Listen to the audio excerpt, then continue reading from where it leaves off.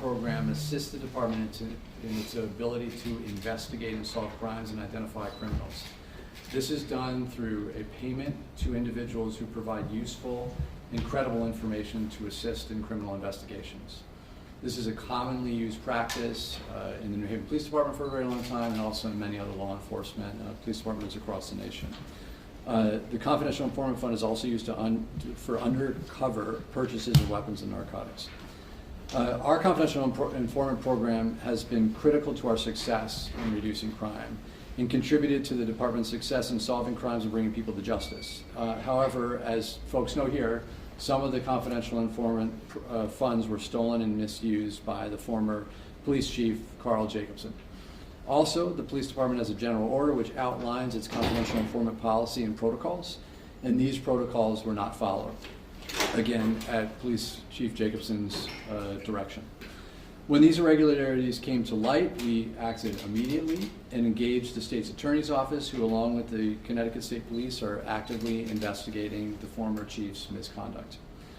We also froze the bank account and put a temporary pause on the confidential informant program while we worked to ensure that we could run it effectively. We're committed to ensuring confidential informant funds are used properly, and that this type of misuse of funds does not happen again, which leads us to today and the information we're sharing with you. Today we're announcing three things. The first thing is the hiring of the Police Executive Research Forum, PERF, to complete an analysis of the New Haven Police Department's confidential informant policies and practices and issue a report on their findings to inform us drafting a new permanent confidential informant policy known as a general order. This report that PERF will provide to us in the new general order will ensure the confidential informants program's alignment with nationally recognized best practices.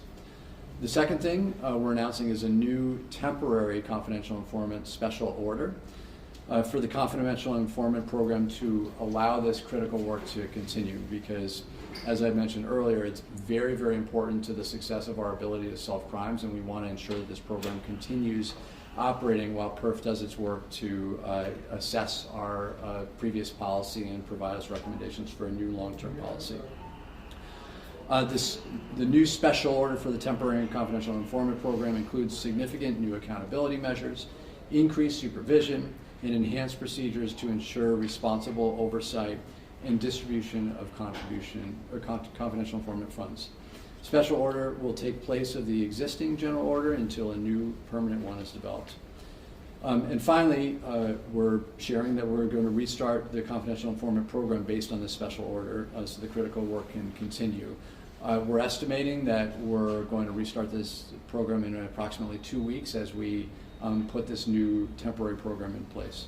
I'm going to go through these things in a little bit more detail, hand it over to Chief Zannelli, and then hand it over to Commissioner Ribeiro to share additional remarks. So first, the hiring of PERF. PERF is an independent and nationally recognized leader in police research and policy. The city's retained PERF to complete an analysis of the police department's confidential informant policies and practices, including the administration and oversight of payments. The analysis will include interviewing relevant staff, both at the police department and the city, reviewing our current policies and observing our practices. Ultimately, PERF will issue a report with its findings and recommendations. The report will highlight areas in which the New Haven Police Department aligns with best practices and provide clear recommendations in areas where improvements are needed. We anticipate the report being completed in about 6 months from the time that the contract is finalized, and we're close to finalizing the contract with PERF. The report will inform the drafting of the new general order, as I said.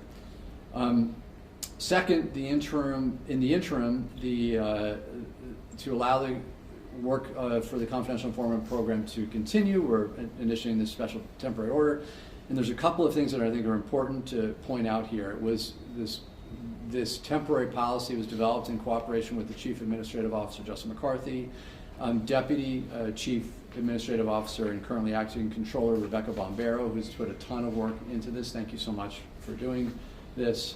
The Office of the Corporation Counsel, and of course New Haven Police Department command staff. As the Chief is going to explain in greater detail, the new special order includes significant new accountability measures, increased supervision, and enhanced procedures to ensure the responsible oversight and distribution of the funds. It's very thorough and exhaustive, an emphasis on exhaustive.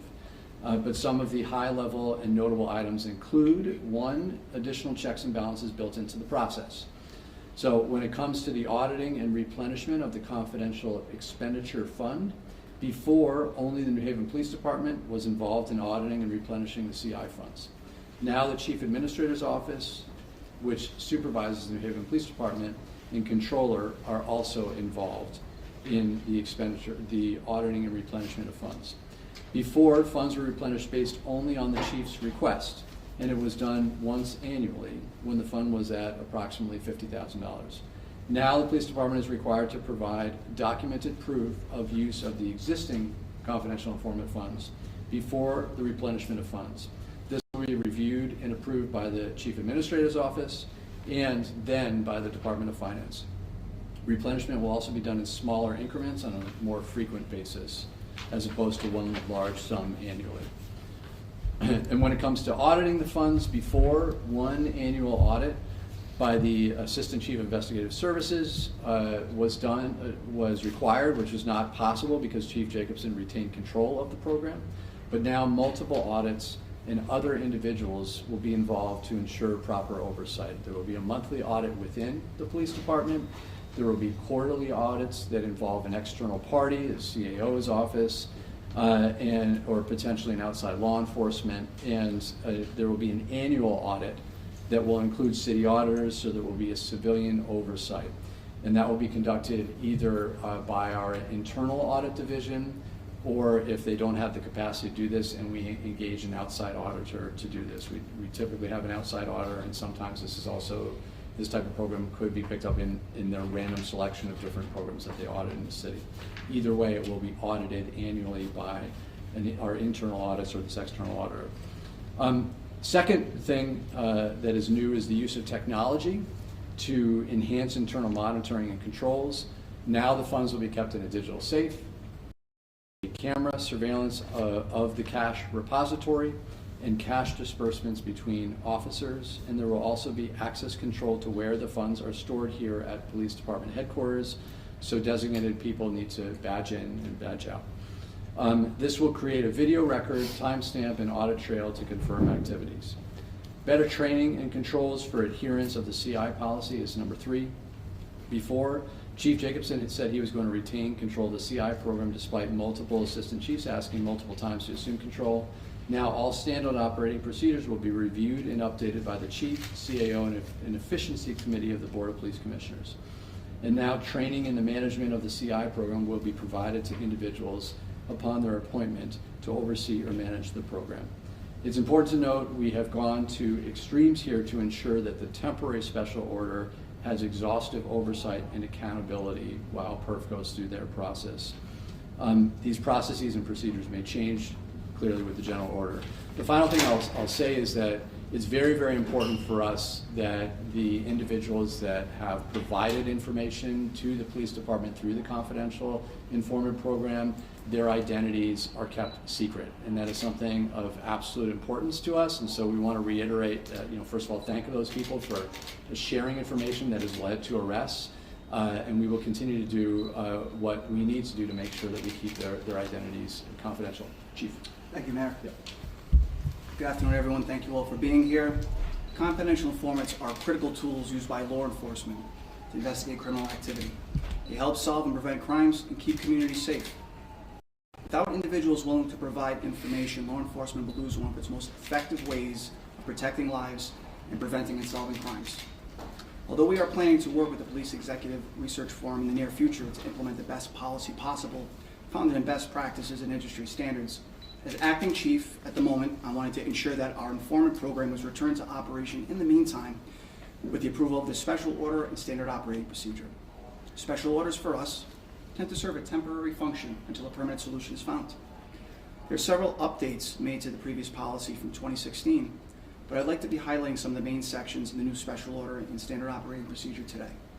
I'd like to thank the New Haven clergy for their assistance and support, the mayor, CAO, and deputy CAO for all their support, as well as the Board of Police Commissioners for their input on this, as well as the Dago Law Group through Captain Race, and Internal Affairs Chief Bagtana for all her hard work making these documents possible in operation today. Some of the noteworthy sections are as follows, and I know the mayor covered some of these as well, but the first is that the CAO will now oversee the replenishment of the informant fund based on the prior month's documented expenditures. The Controller's Office will establish a payee to replenish the cash of the informant fund if the fund reaches a $1,000 threshold before additional money can be requested. The cash reserve will now be secured inside a digital safe located in a restricted room at the New Haven Police Department. This dedicated room will have limited keycard access and will be monitored by video surveillance at all times. The cash reserve at the police department will be controlled by the Assistant Chief of Investigations, who I am delegating to Captain Bora, who is the OIC of Investigations standing with us here today. He'll be responsible for the day-to-day operation of the fund. He'll be responsible for documenting each expenditure form from the fund. Each step in the process will be spot audited monthly by the Assistant Chief of IA and Professional Standards and Training, or their designee. The Professional Standards and Training Division and/or city staff will work together to complete monthly internal audits, quarterly audits, including the Chief Administrative Officer or outside investigators for civilian oversight, as well as an annual audit. Our annual audits shall be supplemented by the city auditors, again, to enhance oversight and accountability. If the Chief, Controller, Chief Administrative Officer, or a member of the Board of Police Commissioners has an articulable reason to believe there is a mishandling of funds or any form of malfeasance by the Assistant Chief and or the OIC of any division head, supervisor, or investigator taking money from the fund, they will be able to launch an investigation into the conduct until satisfaction completion. Training and the management of the CI program shall now be provided to individuals upon appointment or to those new in a named role in the policy. So training will be provided. Training had not been provided previously as a new section. Any officer wishing to use a confidential informant shall consult with the state's attorney's office for concurrence on reliability and credibility. Additionally, if a confidential informant has been deemed unreliable or unsuitable in the past, the officer shall receive prior approval from both the Chief of Police and the state's attorney's office or relevant prosecutor prior to usage. The men and women of the police department here in New Haven continue to move forward in good spirits to provide the best services possible to our community. And with that, I'd like to turn it over to Madam Chair, Elise Rivera. Madam Chair. Good afternoon, everyone. So one of the primary responsibilities of the Board of Police Commissioners is policy making for the New Haven Police Department, which includes the creation and approval of all general orders as well as other rules and regulations that govern the department. The Efficiency Committee is one of the committees on the Board of Police Commissioners, and it plays a central role in this process by collaborating with the Chief and departmental staff to review and revise all general orders as necessary. After all the interested parties have had the opportunity to review and provide input, the proposed general order is then presented to the full Board of Police Commissioners for approval. The Efficiency Committee has been consistently engaged with the department in fulfilling its responsibility for many general orders. Currently, the committee has undertaken the review of the use of management of confidential informants general order, but given the importance and the complexity of this policy and our commitment to incorporating feedback from PERF and other stakeholders, we recognize that completing this update will require time and thoughtful consideration. So in the interim, Chief Zannelli has signed a special order which will authorize the department to immediately begin training staff and implementing the updated policy and procedures. However, the Efficiency Committee has reviewed and we fully support this special order, and we will continue our work to finalize the policy as a new general order in the following months. So as always, the Board of Police Commissioners fully support the New Haven Police Department, Acting Chief Zannelli and his command staff as they navigate this period of transition and move this department and this community forward. Thank you. Thank you, Commissioner. I want to acknowledge all the Punzo here. Thank you all the Punzo for being here. And I want to make sure everything I say is very accurate. I think I said badge in and badge out, but it's just badge in, right, Becky? So you badge into the room where the confidential informant program funds are. Questions for folks? Does this special order need to be voted on by the police commission in order to take effect, or did I hear you correctly, Commissioner Barron, that it is already in effect because the chief signed it? You'll review that. Yes, it is already in effect. The chief has signed it. We will continue to review it over the next couple of months, and then we will take it to the board as a general order and no longer a special order. When was the special order signed? Last night. Yesterday. Yes. And PERF, how much will the city be paying PERF for its work? $87,000. And where is that money coming from? Special funds, they're actually funds received due to our participation in solving crimes. Was PERF involved in the development of the 2016 order? And Here we go. Yes, they were involved in the 2016 development. so if this is the same group involved in 2016, can anyone here speak to what has changed and what might be the best practices? If they were, if the 2016 policy incorporated best practices, then what's changed and why is it different? Sure, so I can comment on that with the chair. Every couple of years, every year to two, policy should be reviewed and updated. Things change for the incorporation of body cameras, which is why we're using camera footage to secure our fund room now with limited access. So every so often, policies should be updated as the years go on. Just wasn't the case in this situation. I want to make sure I understand who's in charge of the fund in this special order. Am I right in that the assistant chief of investigations is still the person in charge, just like with the previous order, but the assistant chief, or who is the acting chief, designated Captain Bohr as the officer? So the way it's going to read is that responsibility for the management does lie with the assistant chief of investigations, but can now delegate the day-to-day usage to the captain of investigations, which is Captain Bohr. And is that different than who was in charge of the fund in the previous policy? So it's not different in terms of assistant chief, but it's different in terms of delegation and data responsibility. And then a question for you and the mayor about what, as you reflect on what went wrong with Chief Davidson's alleged theft and the policy not being followed last time. Do you think that there was something wrong with the 2016 policy, or just the policy wasn't being followed, or both? I mean, my view is that the policy was clearly not followed by the chief, but there was not enough controls to ensure that there was additional oversight. And one other core difference with the temporary confidential informant policy is that the group within the police department that is responsible for implementing the program is not the same group that is auditing the program. Chief Bagtana will be responsible for auditing the program, whereas previously the group that was actually implementing the program was the same group that was auditing it. And in addition, there was not within the policy any mechanism for the outside party outside the police department to audit it as well.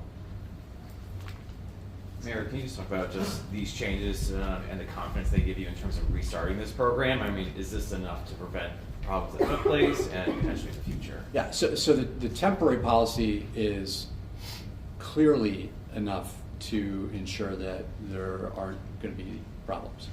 The temporary policy, as I said, is exhaustive in that in some ways it may even be too much oversight, right? But we want to make sure that while we bring in PERF and have someone assess what is the best practices here and help us update our policies, that there is absolutely no possible way that there could be any misuse of funds. And so we have a lot of different layers within the temporary policy, and it gives me a lot of confidence that we're not going to have an issue here.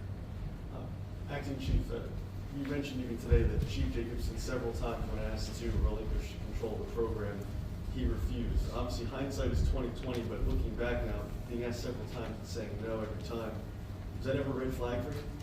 So I'm not going to comment at this time. Training was requested. He had maintained it as an expert for several years, but that's as far as I can go. And in terms of the confidential informant program, can you speak to how large of a program it is, maybe how much money is usually spent on it every year, how many informants the department will use on an annual basis? I mean, how big is this?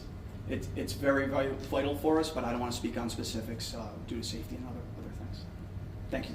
So the funds that were previously, sorry. Just be clear, and correct me if I'm wrong, approximately $50,000 was put into the funds?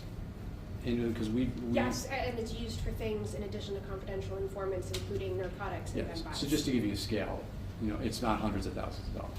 So the funds that were previously allocated to this program before January 5th remain frozen for the investigation, whatever it may be? Yes. Yes. Is the chief's office still sealed? It's still sealed, we're still maintaining it under the direction of the state police, but my understanding is we can access it if we need to. I understand, Mayor, that you said that the city is going to extremes under this temporary order. Has this highlighted for you maybe other areas of the city where there's funds that could use review for whether they're being watched or audited on a regular basis? Yeah, I think it's a really good question, and there's very few areas in the city where people have access to cash, and we've had conversations about making sure that those areas where people have access to cash, we have a good oversight and that they're being observed properly. Is there any update on the audit of the program that you can share with us at this point? So the investigation's ongoing. The state police are leading the investigation. They've been in the building, and we're cooperating fully with them. We spent some time initially trying to understand exactly what happened on our side. We have shared all the information with you all in a previous press conference as to how far we got. Before, there's things that we can't do because, like request additional bank records because that's the state police's purview because they're the ones that are leading the investigation. So we've shared with you basically everything we know. Can you speak just generally about some of the crimes that the funds, were helped with to investigate? Sure. So the funds help pay informants for controlled purchase of narcotics or weapons. They also go to payments for people that offer information, signed informants that provide information on shootings, murder, any kind of violent crime for that matter, to encourage those people to come forward to keep the community safe.